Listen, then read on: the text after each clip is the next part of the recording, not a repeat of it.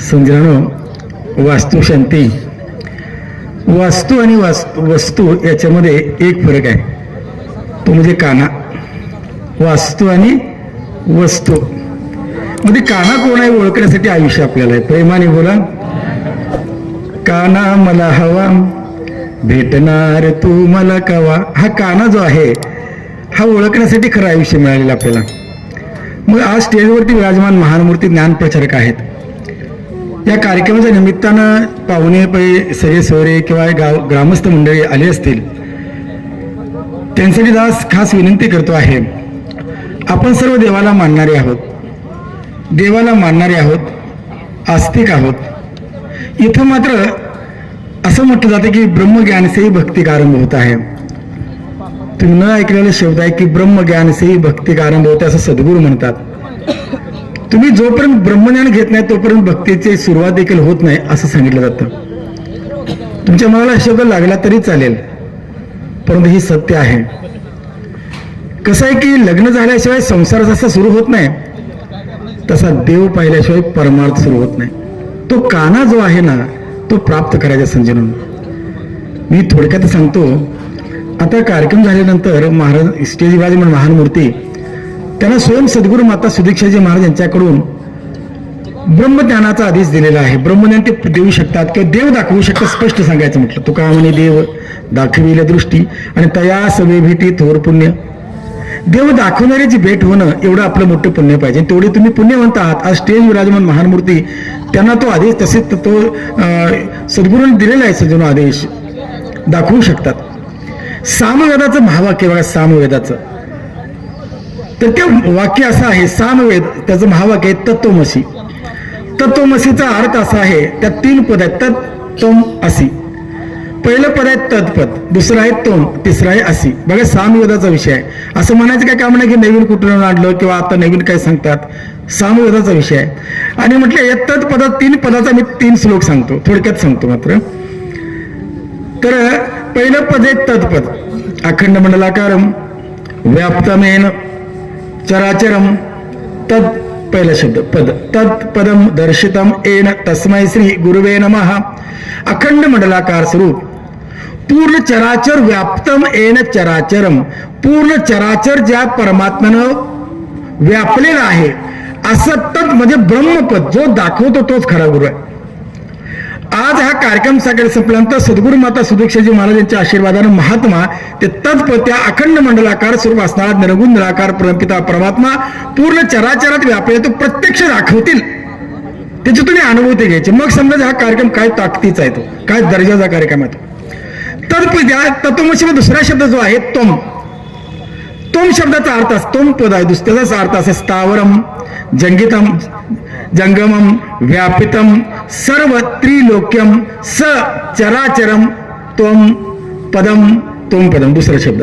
दर्शितम येन तस्मै श्री गुरुवे. स्थावर आणि जंगम, जड आणि चेतन.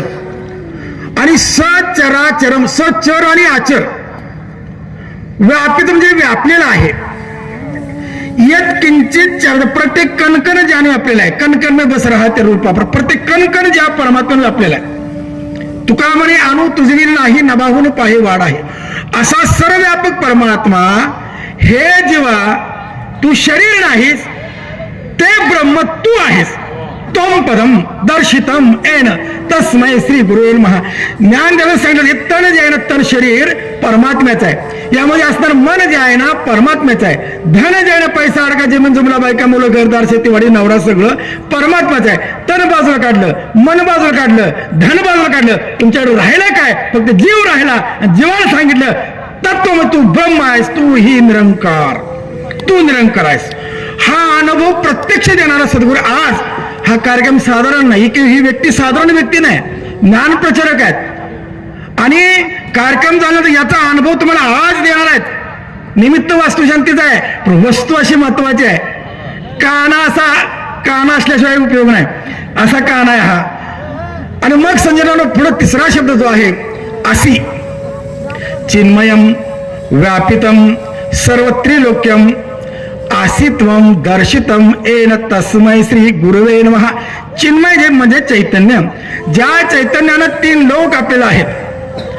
आणि तीन लोक सचराचर ज्यानं व्यापलेलं आहे हे चैतन्य म्हणजे मीच आहे असा प्रत्यक्ष अनुभव देणारा सद्गुरू असतो. आणि आज कार्यक्रम झाल्याच्या नंतर महात्मा तो प्रत्यक्ष तुम्हाला अनुभव देतील सद्गुरूच्या कृपेनं. आता 4 नंबरचा श्लोक मात्र 64 क्रमांकाचा 63 क्रमांकाचा तो मागे ठेवलेला आहे, तो आता सांगतो. तुम्हाला असं वाटेल की महाराज एवढं सत्य साम्यवादाचं महावाक्य म्हणजे साधी गोष्ट आहे काय, वेदांचं वाक्य आहे आणि एवढं सत्य असताना हे आपल्याला शक्य आहे का? किती वर्षानं घडेल हे? किती व्याप करायला लागेल? 12 वर्षानंतर घडेल का? 12 महिन्यानंतर घडेल का? 12 दिवसानंतर, 12 तासानंतर, 12 मिनिट नंतर? एक सांगू का जालेंद्र महाराज, 12 सेकंद जर म्हटलं तर तो गुरु करायचा नाही तुम्ही.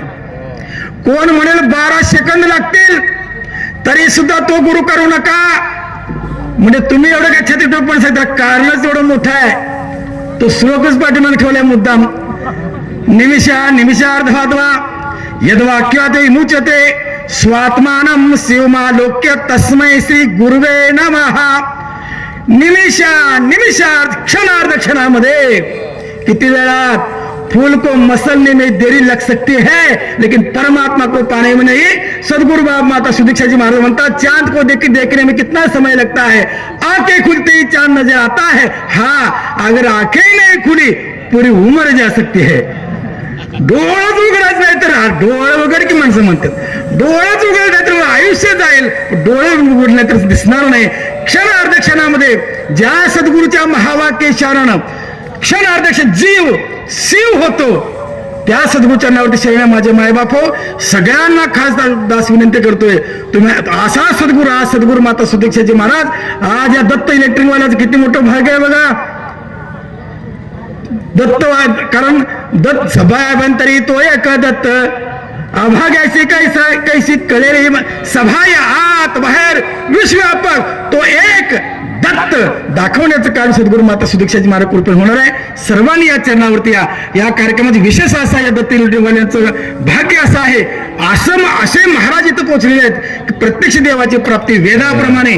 ज्ञान एक सांगू का, ज्ञानेश्वरी घेऊन या, भगवद्गीता घेऊन या, तुकाराम गाथा घेऊन या, दासबोध घेऊन या, त्या श्लोकावर बोट ठेवा आणि आमच्या महेश वैद्य महाराज विचार असा देव दाखवा.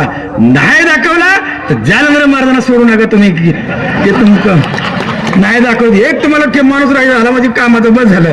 तर या असा समजा आता कृपा करू, दया करो, सगळ्या ज्ञान व्हावं, सगळ्यांचं जीवन सुखी व्हावं हीच दास प्रार्थना करतो. प्रेमाने बोला.